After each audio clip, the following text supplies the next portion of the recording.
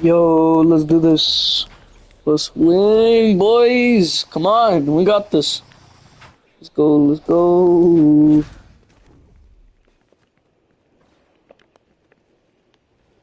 Aight. So,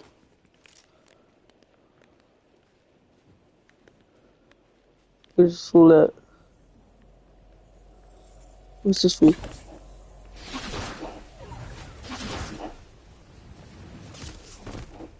Are you serious? Why is that allowed? No, because why the hell is that allowed?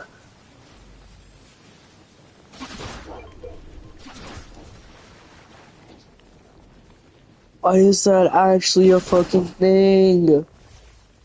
Shit. Alright, bro, where are these vending machines at? Oh, thank God, bro.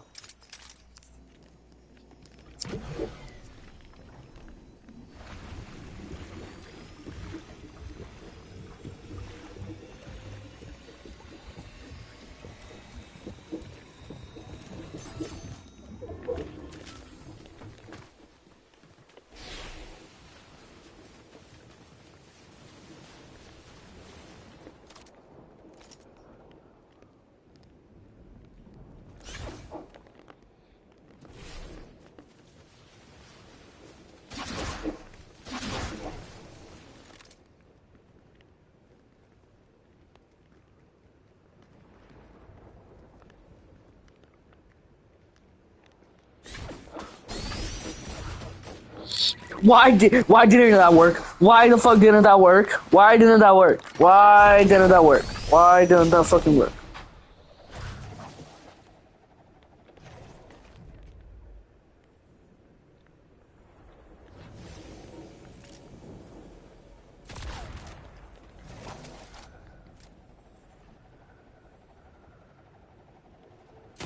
Bitch.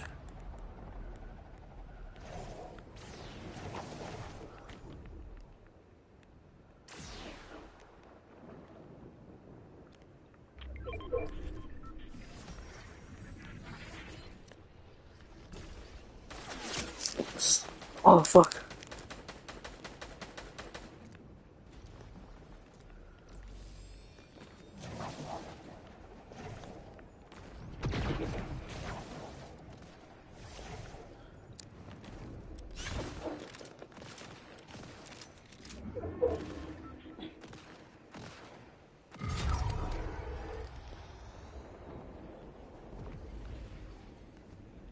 Bitch. Hey bitch, get over here. Yeah, buddy. I'll just migrate over to this tree.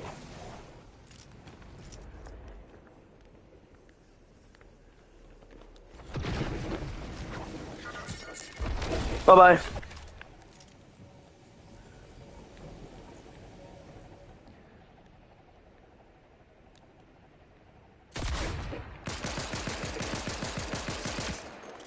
Hit it for 20. 50. 60. Going for the thunder bomb! Bow! Yeah, baby boy! Give me that gold Sonic.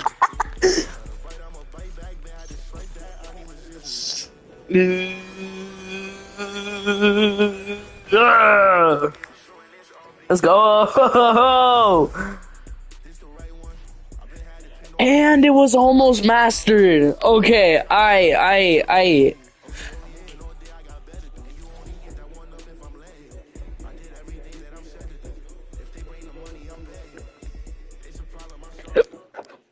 I'm doing good, boys. I'm doing good.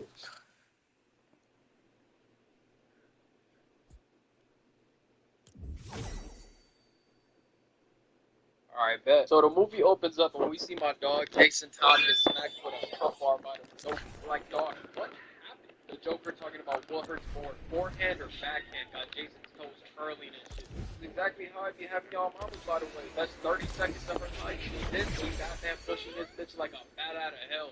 Get it? Bat out of hell? Because he's Batman.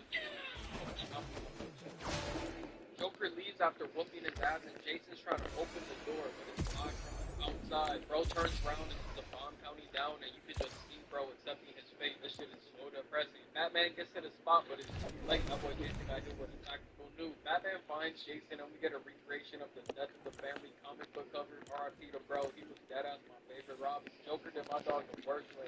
We fast forward 5 years, and when the fuck did the GCPD get airplanes? Y'all got money for this, but whole time your streets look like XQC's Bedford. And then, y'all just with our tax dollars buying bullshit. It's like when niggas get the newest Jordans but don't have a car. Nah, gang, you the toughest. You in for real. You gonna look cool as fuck when you walking everywhere, lame ass nigga. Priorities all fucked up. We come to a meeting with all the crime bosses in the city, but no one knows who told it. That is until my glorious king graces us with his presence, shooting the strap to assert his dominance. He's talking about y'all little niggas work for me now. And the thugs are like, why would we do that? I was like, so I'd be curious too if someone started trying to little bro me out of nowhere. My goat took that as disrespect, so he throws a bag at him filled with all their lieutenants' heads. And nah, you got it, big bro. I don't want any smoke with you. You him for real. He the toughest. He then tells him that he's not asking him. He's telling him straight to Sean Watson and Justin Tucker timing and managed thin air. Mind y'all, this is like the first 10 minutes of the movie. This shit is starting off hot. We see Batman and Nightwing blowing Amazo's head off his robotic body, and Bruce gets to interrogating the goon. Buddy right here heard he was gonna get the death penalty and instantly gets to snitching. And he just like me for real. I ain't going to jail for nobody. I do not care. He's talking about that he's working for the Red Hood. Those would be the last words Buddy ever spoke because the triple kill happening right in front of us. This shit reminds me of losing from Demon Slayer. You speak that nigga name and you die instant. Batman tracks down the shooter into a warehouse where the Joker's origin took place. Giving bro PTSD to his very first failure, but it's not his last. Buddy right here shoots the car setting the whole place on fire, causing a big explosion, letting him get away. Batman's left standing with his dick in his hand, deciding what to do next. So him and Nightwing pay a visit to the Joker, Arkham Asylum, to get some information. Let me get chills. And I'm gonna spin the block on some boys. So fast. This nigga yanks him across the room like nothing.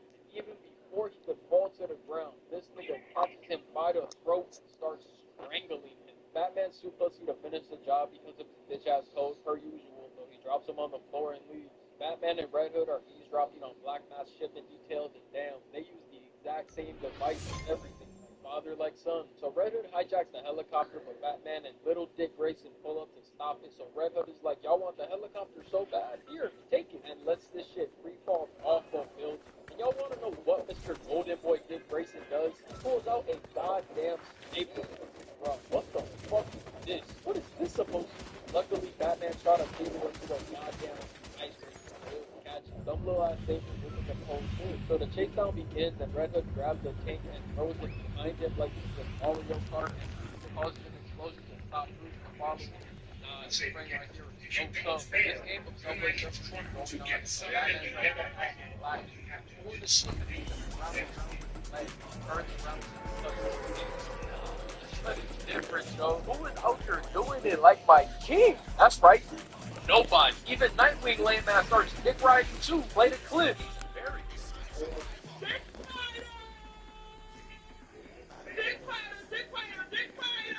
They follow him into this train station and get surprised with some explosives 5 inches from their face waiting for him. This nigga Red Hood and his bombs, bro. His ass got Stockholm Syndrome with explosives. I'm fucking weak. They beat Red Hood on a motorcycle and bro must have had it in his inventory or something.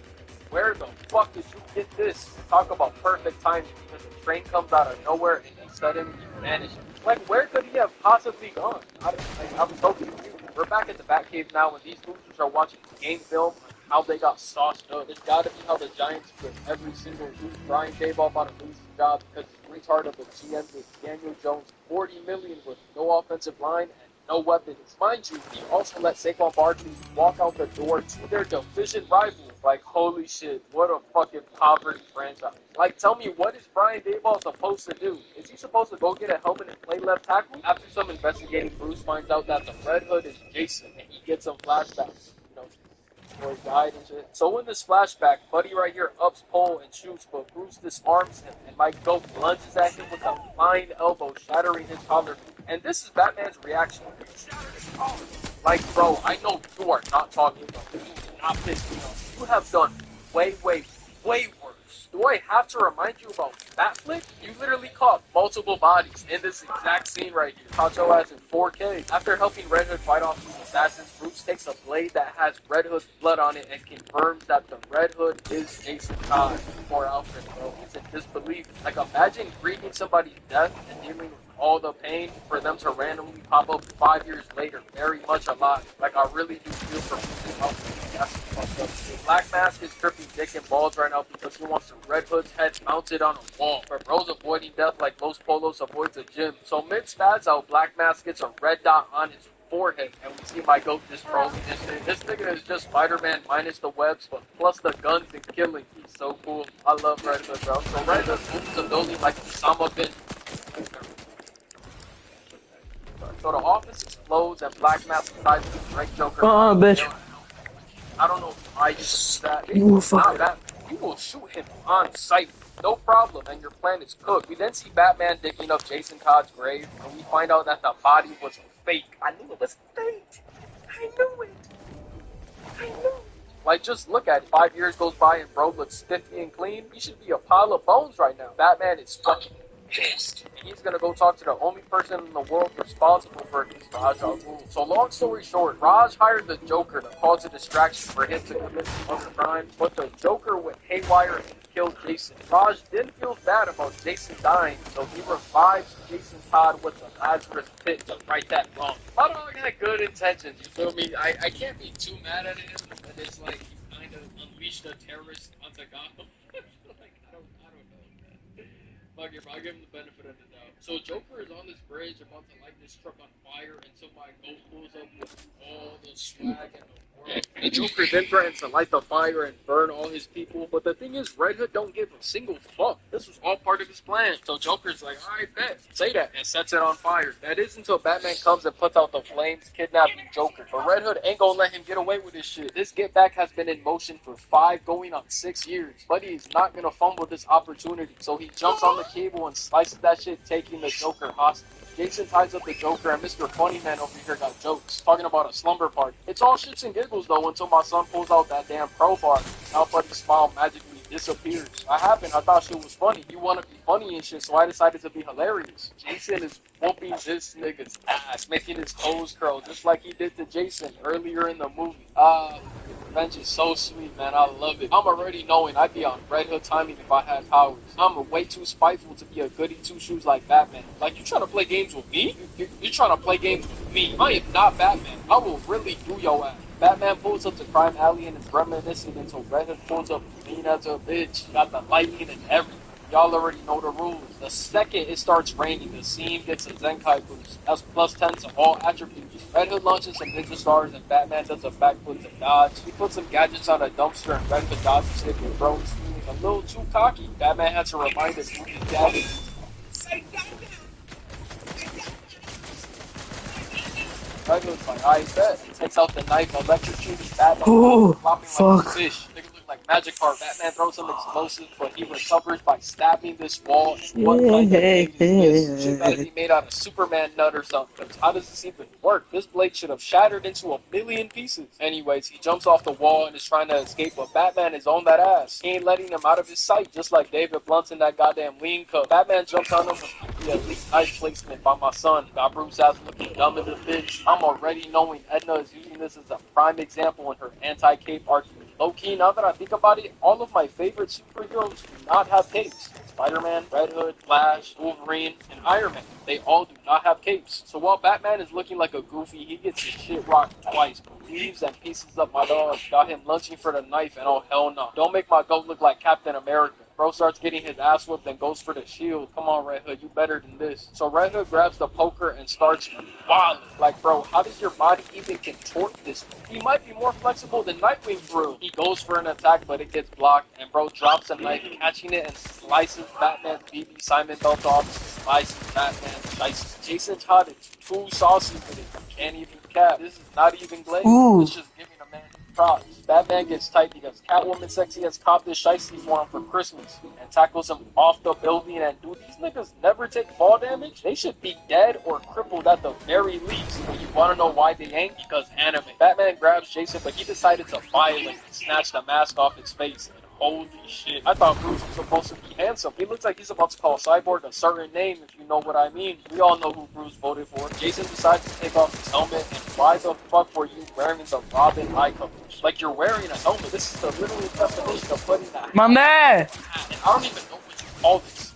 It ain't no mask. I never understood this. Okay, I'm going. On his face, I could still tell it is LeBron. This ain't hiding your identity from shit. This is just lazy concept design. Jason kicks his helmet over to Bruce the whole time, and it's a bomb. Nigga had a detonator in his pocket like nothing. One wrong bump and your head explodes into a million pieces. Red Hood ties Bruce with a grapple, making him get his back caved in like Roxy Center, and Jason ain't even give bro time to recover because he's on his ass like twice on rice. No, why the fuck didn't that work? Batman's face. He finally decided to box against Jason against the wall and hold on for some minutes, y'all. Please tell me this ain't like when Batman and Batgirl went to Pound Town in The Killing Joke, right? Whoever made that scene happen needs to be investigated, bro. I don't know what you was thinking, bro. You did not cook. Your ass burnt the food. Batman lights his jacket on fire and nah, bro. Come on, you fucking the fit up, bro. This shit is Rick Owens. There's only 5 of these in the entire world. You decided to burn mine? Like, how you mad at me because I died and want to get my get back? That's some selfish ass shit, bro.